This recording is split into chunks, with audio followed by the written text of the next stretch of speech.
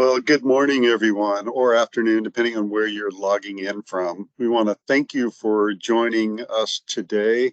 And we're going to be continuing a conversation that we had a couple weeks ago with Rob Faulk, Kurt, and then Nicki Harms, our CFO for the credit union. She will not be in this part of the webinar today, but one of the things that Nicki talked about last time was stress testing in your situation. And from the case of a bank, we do stress testing, the credit union and ministries, also encouraging ministries to do stress testing as well. So really, I'm just gonna kind of be the moderator here. If you have questions, feel free to send them in the chat. And really want to turn it over to my colleague Kurt Blake and Rob Faulk from CapinCrouse. We're so appreciative of CapinCrouse. Of what they do and how they've served ministries literally for decades, and especially for Rob as he works with churches across the country. Great organization. If you're not familiar with them, you should be. And looking forward to this time together. Kurt, take it away. Thank you, Schuyler. Appreciate that. We're going to be spending some time today, like Schuyler said, part 2 of our discussion from last a couple weeks ago when we got together. Joining us again today, Rob Faulk, the partner with CapinCrouse, and we were just getting caught up over the couple of minutes here before the webinar, talking shop a little bit as what Rob does and what AdelFi does crosses over in so many different areas. Rob, we really appreciate you joining us today. Capin's been a great partner of ours and served so many of our ministry customers over the years, and you guys do great things in your field of expertise. So thanks for being here, Rob. Oh, you're very welcome. Thanks for having me, Kurt. I appreciate it. Sky, it's good. Always good to see you. Well, I thought we'd kick off our discussion today. Again, Schuyler was talking about the portion of the conversation last time, how we mentioned the idea of stress testing particularly your financing, if you have financing. Relates to churches and other ministries as well. The idea that, we've come out of this historical period where ministries were refinancing their debt at lower than ever before rates, really historically low rates. And there's a little bit of interest rate risk out there on the horizon in that, when some of these loans start coming due, there's going to be implications vis-a-vis what we want to do today is shift our conversation about some of the practical implications from that discussion in part 1, and a little bit more in how you ought to look at budgeting for 2024. So budgeting this time, it's different. Rob and I have some passion points around that. And then a personal pet peeve of mine, killing your financial idols. If that sounds grim, it might be time to look through the unique way that your organization is structured in the areas where you do things the way you've always done them, and it might be time to have some tough conversations. And then we'll, of course, spend our time together with some concluding thoughts and a brief call to action. So thank you so much to everybody who's participating in this conversation. This is an area that we feel is obviously important with the 2024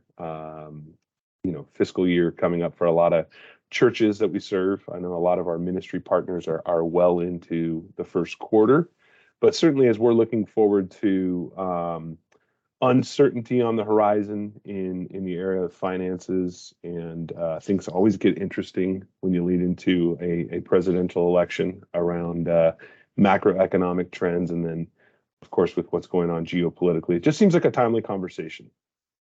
We're going to start the first part of our conversation again just by revisiting where we ended up last time. So this was a slide, if you haven't had a chance, go back to about the 18-minute mark on the recording from our last conversation. Nicki Harms, our CFO, did a great job of painting a picture, something called the inverted yield curve. And that is essentially when the section that's circled there is the gap between the short-term and the long-term investment rates. And I don't want to steal her punchline, but this has a lot to do with why we're having the conversation we have today. Because though it's not 100% an indicator, when there is an extended period of the inverted yield curve like we see in this graph, that's a pretty good indicator that an economic recession might be on the horizon. So something we've been in discussion about for a long time,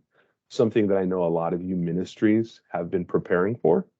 And oftentimes when you are talking about something and it seems imminent and then it doesn't happen as quickly as you'd anticipated, you can get a little complacent. So we do want to just cautiously ring that bell again and say, in terms of where the economy's headed, this inverted yield curve might be an indicator of things to come. Caveat, none of us are economists. And I'll leave it to Nicki to explain more fully exactly what this meant when she discussed it last time. If anybody needs the link to that, we'd be happy to send it to you. But it's right around the 18-minute mark of our recording from a couple weeks ago. So as we think about 2024, the picture that came to mind, I don't know if anybody out there has read the book Don't Waste Your Life by John Piper, but he had not too many pictures in the book, but there are two pictures in at least the copy that I have that show a side-by-side of how the Queen Mary was used when it was an ocean-going cruise liner, and then how it was used when it was transporting troops during World War II. So Queen Mary, A Tale of Two Ships. You see this absolutely gorgeous Art Deco dining room with all the appointments you would expect for the period. Everybody's wearing a suit. You can imagine the luxurious meal that they're about to enjoy. And boy, what a picture. If you've ever cruised, you know what that nice dinner time is like. And then here's the same exact room as it was being used to transport troops during World War II. So why do we bring these pictures up? Piper, in his book, makes a point about the church and how the church ought to operate as though it were at war. And so, though it's not the exact point we're making with today's budget, I think this graphically represents maybe what life was like a couple years ago as you're considering your church or your ministry budget, and then what we would say maybe it might need to look like in the coming years. You can see there's still a lot of the same structures. There's still a lot of the same appointments. It hasn't completely changed from one picture to the next. But boy, are things being used differently? Are priorities different?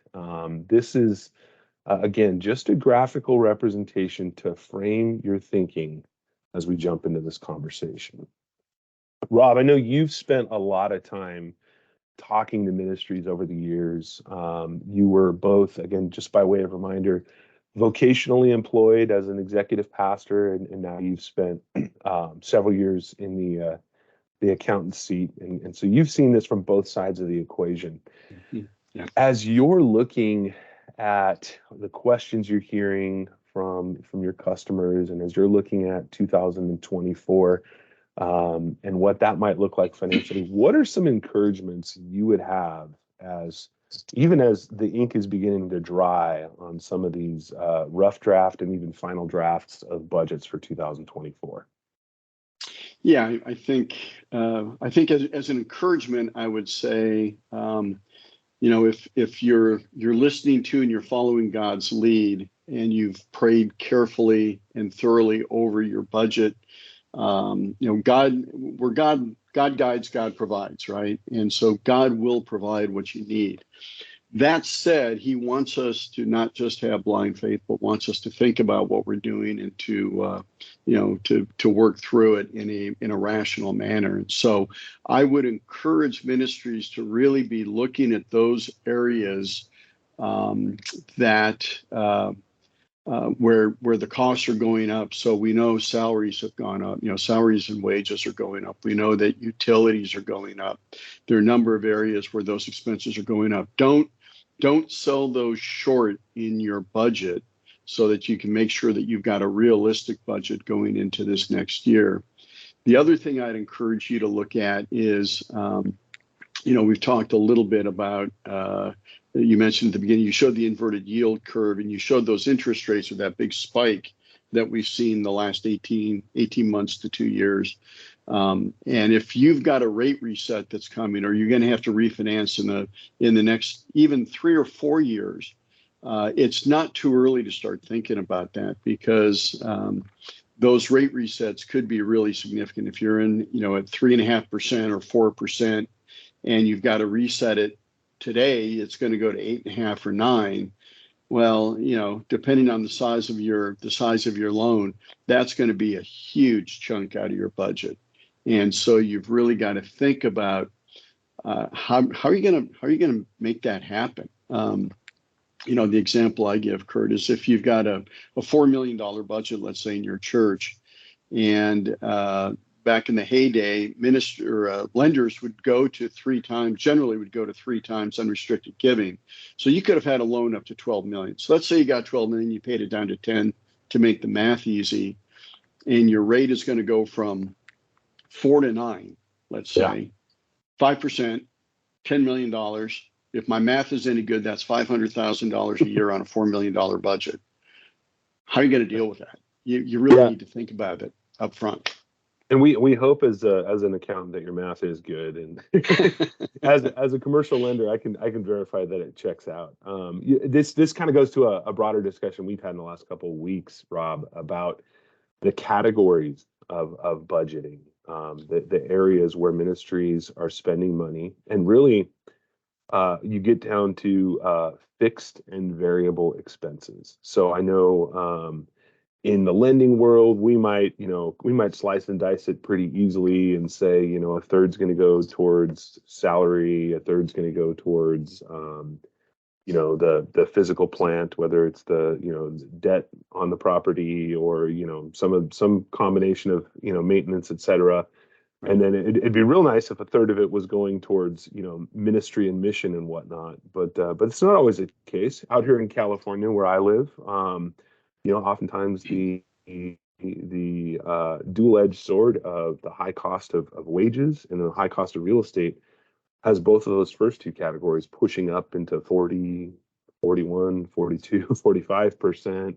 So you get into a question of what's left over. And so I know a part of my passion and a part of your passion for this is being real strategic in how we orient a church's or a ministry's money for maximum impact. So I know you've seen the categories that we just discussed, but talk a little bit more about that for me, and how you are advising churches in those areas. Sure.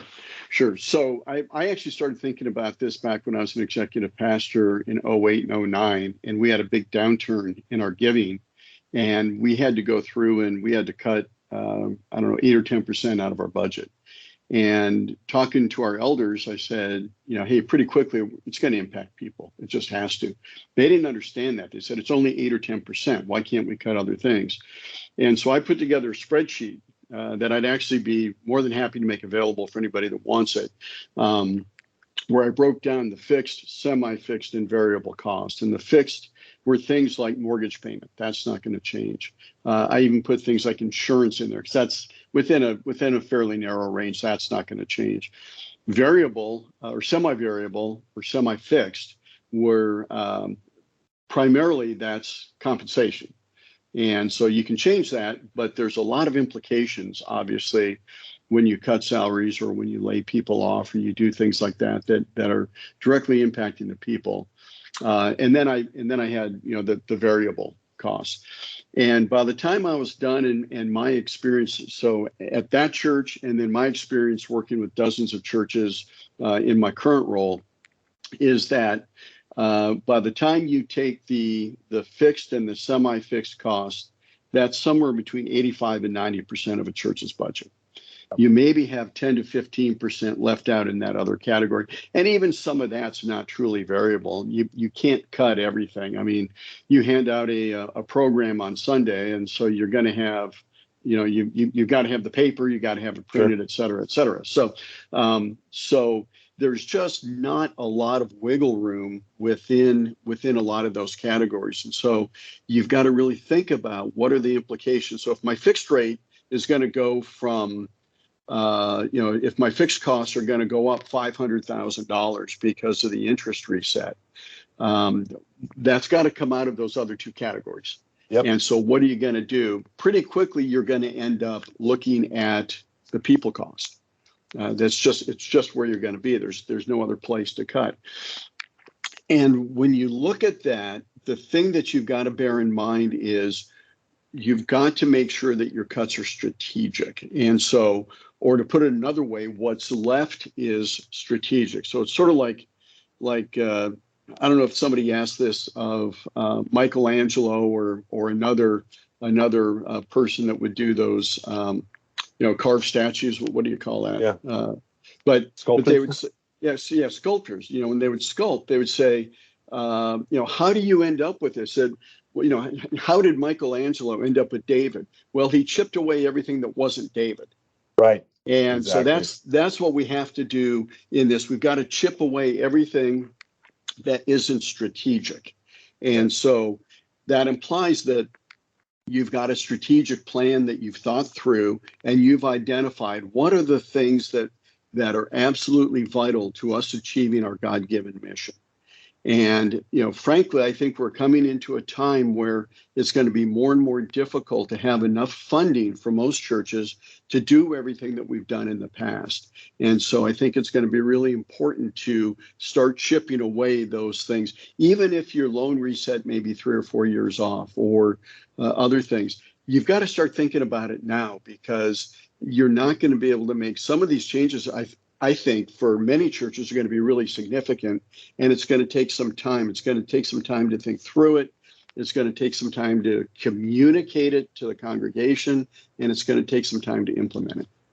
Yeah, that's a huge, thing for me as I've talked with churches over the years. I don't care if you're a Southern Baptist church or an Assemblies of God church or whatever, whatever stripe of Christian church you are.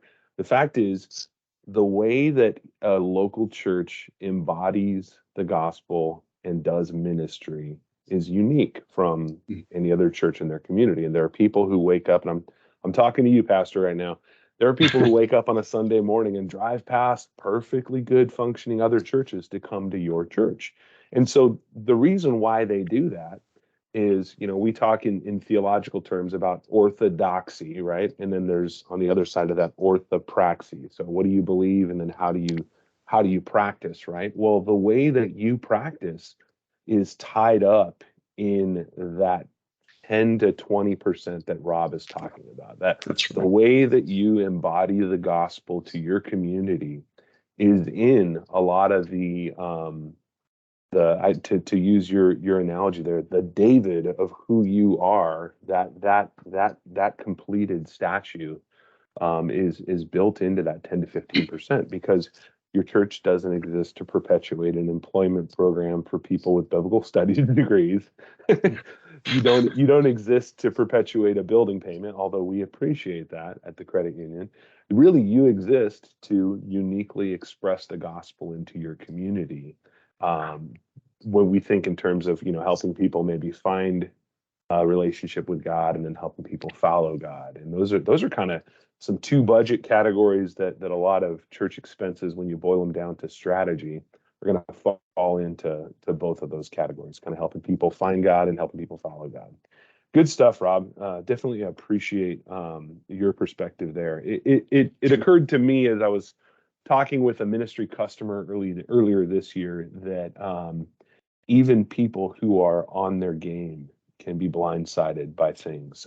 You've already mentioned it once, but a coming property insurance increase is on the horizon. Everybody I talk to is looking at 20 to 30% increases in premiums. There was one ministry I was talking to earlier this year who kind of was scratching their head trying to figure out, gosh, why is we got more income coming in this year?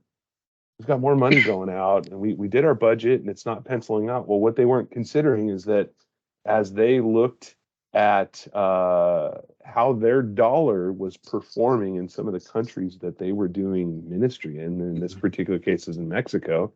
They're getting 20% less out of every dollar that they were sending down to Mexico. So some of those hidden expenses, time is now to start figuring out what those categories are going to be and start thinking through.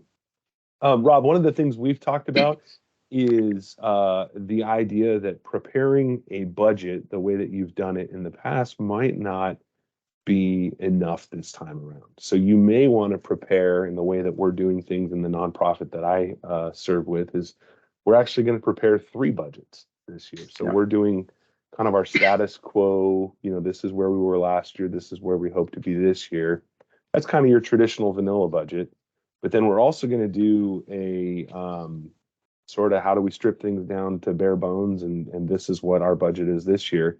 And then because the organization I work with, we're actually waiting to hear back on some grants and things like that, some proposals. So we've also got kind of that optimistic budget. I know you've been an advocate of that approach. Talk to me a little bit more and maybe share a little bit more about that and how that's been helpful over the years. Sure. Yeah, I'm a huge advocate of that. I think when you sit down, one of the things we need to think about is you mentioned early on that inverted yield curve and how that often there's a very high correlation between the inverted yield curve and recessions. Well, if that hits, it's very possible that the church's income is going to be hit as well. The geopolitical impact of what's happening in the Middle East could be significant. So we need to think about what happens if our giving comes in 15 or 20% below what we budgeted. And what I recommend is thinking about strategically, what more could I carve away to get down to my real David? What else can I chip away to be able to match so that the my expenses match the level of income, and making those decisions now before you're faced with that reality will serve a couple of purposes. One, you'll make sure that it is a strategic decision that's not made in the heat of the moment, but you've thought through it strategically. And that too then ensures that it doesn't become an emotional decision at the time. Yes.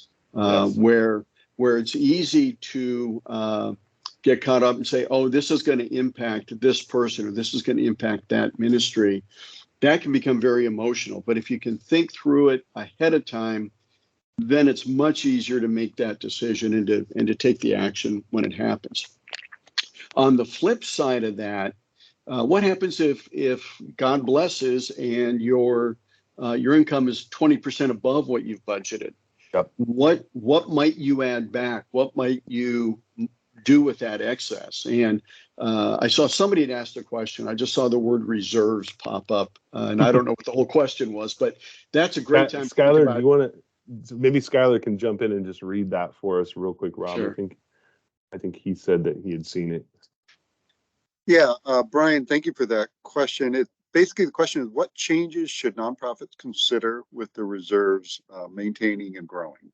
So that's the gist of it. Yeah. Add to them, maintain them, and grow them. Yes, I agree with all of that. So big fan of all those. A big fan of all of those because we're going into a period of real uncertainty. And so I think, if you decide ahead of time, if we get that 10 or 20% extra, what are we going to do with that? Are we going to replenish our reserves? Are we going to pay down some debt? Are we going to do something else with that? The thing I'd be careful about is adding semi-fixed or fixed expenses, because that may not continue. So think about that. That's a good point, Rob. Yeah. Sorry, I would. When we look at this question as we're walking through credit files with ministries, it almost always boils down to, well, we just kind of know what we're comfortable operating at. So my reserves are, some ministries might say we keep $80,000 in our checking account. Another ministry might say we've always got 3 months of expenses. But how that is expressed as a matter of practice versus maybe how the board would express that. Those are kind of two different things sometimes. Yeah. But knowing how you answer that question is so important to the strategy discussion we were having earlier. Because I loved what you said. If we do get that optimistic turnout, we do get that more kind of 120% of what we were shooting for type of a scenario. We're all fooling ourselves if we don't think we can be just as emotional about spending money as we That's are right. about cutting money, right? I mean, how many times Absolutely. have we seen that happen? So good Yeah. call. Yeah. Um, Hey, Kurt, let me hit yeah, go just ahead. one more thing real Yeah, go fast. ahead. One of the things that I've heard when it comes to budgets, and I know some boards would say this, is that, hey, a budget is sort of fixed and you've got to, that's the budget, you've got to live within it. Circumstances change, things change. And so I think budgets are guidelines. Budgets are very helpful tools, but they're not cast in stone. And so one of the things that I've started recommending, and this actually came out in the pandemic where a lot of people started doing this, is doing a rolling budget. Yes. So it may be that every quarter you update your budget for the coming 12 months because circumstances will change, things change. And that way you can respond to it. You have a rolling 12-month budget. And make sure within that budget that you're not just budgeting the revenue and expenses, but you're looking at the timing of the money coming in, the timing of the money going out, and you're doing a cash flow forecast. So every month you have a cash target that you can measure against how you're doing. Yeah, that's such an important part. And if you don't even if you're not at the point where you're ready to think through that, that's why we're here, particularly at AdelFi, is to help you look at that. A real quick, easy way is, take your primary account, take your low balance for the last 12 months, take your high balance for the last 12 months, and you better at least have the difference between those two set aside at all times. We're going to keep moving the conversation forward a little bit. Rob, something that is a takeaway from this conversation is a service that CapinCrouse provides, the Church Financial Health Index. Can you talk through this a little bit while I navigate through some of these slides for you?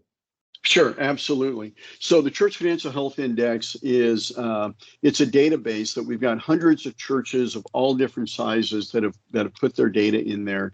And when you get the full database, if you've had an auditor or a review and you're on the accrual basis of accounting, there are 25 different ratios in there that we calculate. So ratios related to income ratios, expense ratios, debt ratios.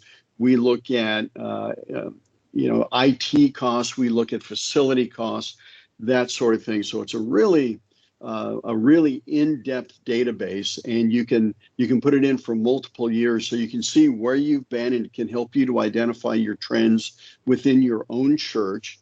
Also, you can compare it to some pre-established benchmarks that we've set. So you can see, hey, CapinCrouse recommends you have a minimum of 60 days cash on hand. How are we doing compared to that? Or we recommend that you at least have a debt service coverage ratio of 1.15. How are we doing compared to that? That sort of thing. So we've got some ratios in there that you can compare to. And then you can also identify how you're doing as compared to your peer group. So we can identify it based on giving units. We used to base it on attendance, but that's become such a squishy number with the online attendance these days that we try to base it on something that's objective. And so if you've used it, you know that we haven't made that switch yet, but we'll be making that switch in the near future to go into using giving units as we define that. So great information. Boards love this, and it can really help you to understand how you're doing financially, where there's some areas that need attention. I love that. Yeah, and part of the conversation here, is and we've hinted at it a little bit, but maybe we can wrap up our conversation as we're getting close to time. I can't believe time has flown by that quickly, but when I was talking about orthodoxy and orthopraxy and kind of how you embody the gospel to your local community, we all know, and I've seen them.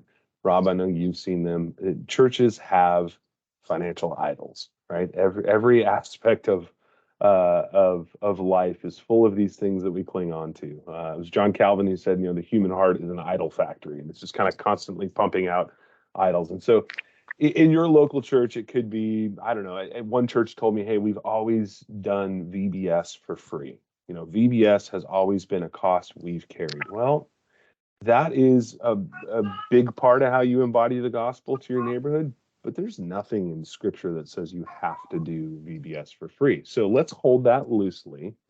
Let's make sure that our methodology doesn't become methodolatry, right? Let's not make our method into an idol. And particularly as we're looking at 2024, maybe that's something you can loosen up on. And another church that I worked with, one of their distinctives was 30% of every dollar that came through the door went to international missions. Now, in light of those numbers we just talked about, I don't know how you do that today. But if that is something that your church hold on to tightly, you may need to start examining, some of the, not the primary motivations, but what are some of the secondary motivations? Is it just so you can say, hey, 30% every dollar is going out the door to missions? That is a fantastic thing. That is a thing worthy of promoting. But if that's becoming something that's a source of pride or something that, is crippling the rest of how you're embodying the gospel to your local community, maybe that's something worth taking a look at. The point is, nothing is off the table. Jesus promises that the church will be here for a long time, right? The gates of hell will not prevail against the church. But guess what? We're doing church differently today than they were 100 years ago, and even 1,000 years before that. So the context with which you're in and the circumstances you're facing year after year are going to be an influence on how you embody the gospel to your local community. Rob, this is how people get a hold of you. Do you prefer email or phone? Which one works best for you? Email works way better for me, Kurt. And you can see CapinCrouse.com there. And I do have an ebook there on budgeting that I wrote back during the pandemic. And I think most of that is still, if not all of it, is still valid. So you can look at that. And also that spreadsheet I mentioned is there. If you go into CapinCrouse.com, and I think if you just Google budgeting, it should pop up. If it doesn't, drop me an email or just drop me an email to say hi. Love to hear from you. Awesome. rfaulk@CapinCrouse.com. Of course, Schuyler and I have been hosting the last couple of weeks as we've had this two-part discussion with Rob and Nicki, and then today Rob as well.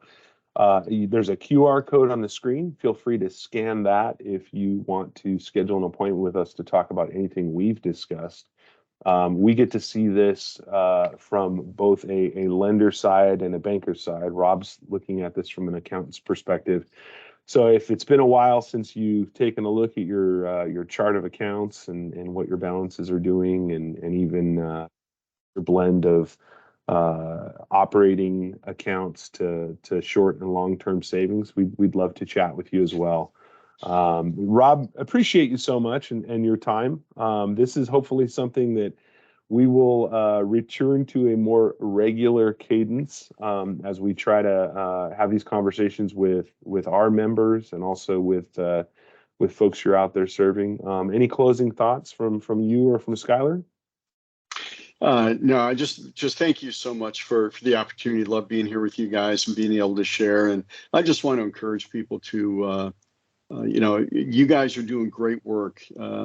Jesus is the hope of the world, and people are going to meet Jesus and grow in their relationship through the local church. So thank you for what you do.